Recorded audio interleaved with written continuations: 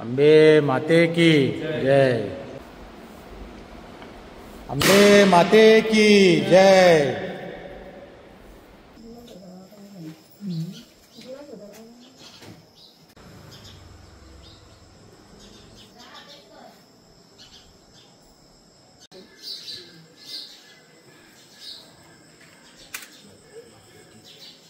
माते की जय। पवन सुत हनुमान की जय। गणपति बाप्पा मोरया। बजरंग बली की जय। जय भवानी जय शिवाजी की जय। छत्रपति शिवाजी महाराज की जय। छत्रपति संभाजी महाराज की जय। भवानी जय शिवाजी।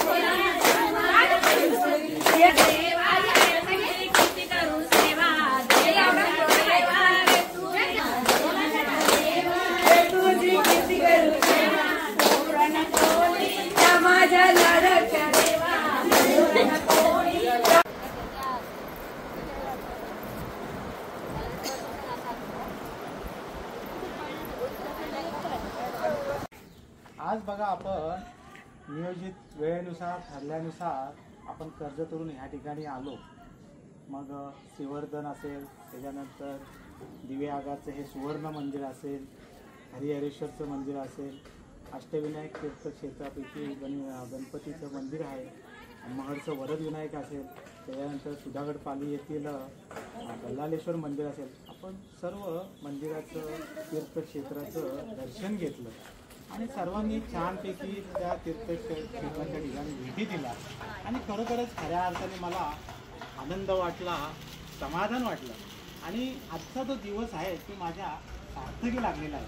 कारण जेव्हा मी तुम्हाला सांगतो एखाद्या सहलीचं आयोजन करतो तेव्हा तुम्ही मोठ्या उत्साहात त्या सहलीमध्ये सहभागी होता, आनंदाने सहभागी होता.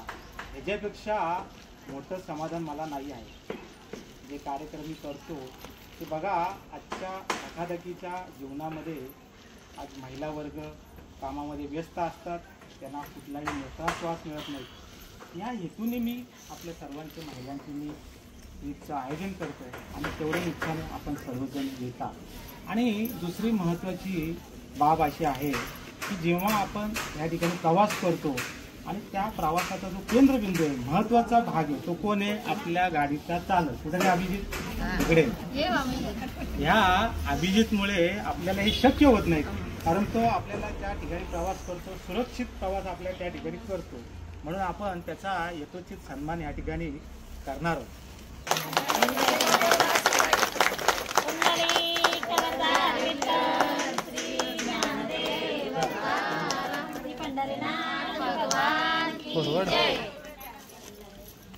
आता टोपी नाही काढायची पुढच्या वर्षी दोनाचे 4 येऊ दे सांगा. एकदा येऊ दे. तर बघा, आता सर्व महिलांसाठी सर्वांनी प्रथम टाळ्या वाजवा. कारण एवढा आणि त्यांचा उत्साह बघून खरोखर म्हणजे सगळ्या महिला आपल्या महड, पाली, तसेच हरिहरेश्वर आणि आता आपण दिवे आगार इथे आपण भेट दिली आणि तेवढ्याच महिलांनी शिस्तबद्ध प्रमाणे मस्त सर्व दर्शन झाले. तर आपण परतीच्या मार्गाला लागलेलो आहोत. त्या महिलांचा विचार करणारे आपल्याला पाहायला मिळाले तर फक्त राकेशजी. त्यांना असं वाटतं की आपल्या महिला आहेत, त्यांना अनेक समस्या असतात, अनेक कौटुंबिक त्यांचे काही प्रश्न असतात आणि त्यांच्या मुलांचे काही प्रश्न असतात, म्हणजे समस्या असतात. तर त्यातूनही त्या तितक्याच नेटाने आपला प्रपंच करत असतात आणि प्रपंच करता करता आपला काही अपेक्षा असतात, काही छंद असतात, त्या सर्व बाजूला ठेवून संसाराला वाहून घेतात. आणि या संसाराच्या धकाधकीतून कोणीही सुटलेला नाही. तर आपण कसे सुटणार? तर या संसारातून आपल्याला एक दिवस बाजूला आणणारा कोण असतील तर फक्त राकेशजी देशमुख. आणि म्हणून आपण त्यांचा म्हणजे एक शब्द सुमनाने सत्कार करत आहोत. पुन्हा आपण चतुर्थीच्या दिवशी त्यांना बोलवणार आहोत आणि आमच्या या छोटीशी महिलांतर्फे भेट तुम्हाला स्वीकारावी लागेल. तेव्हा पुन्हा एकदा आपल्या राकेशजींसाठी टाळ्या वाजवायच्या आहेत. आणि आपला राहुल यांच्यासाठी टाळ्या वाजवा. ते तिच्यावरती देखरेख करण्याचं काम त्यांचं आहे. आणि तू लाडका आमचा आणि तू आम्हाला हे सगळं दाखवतोय.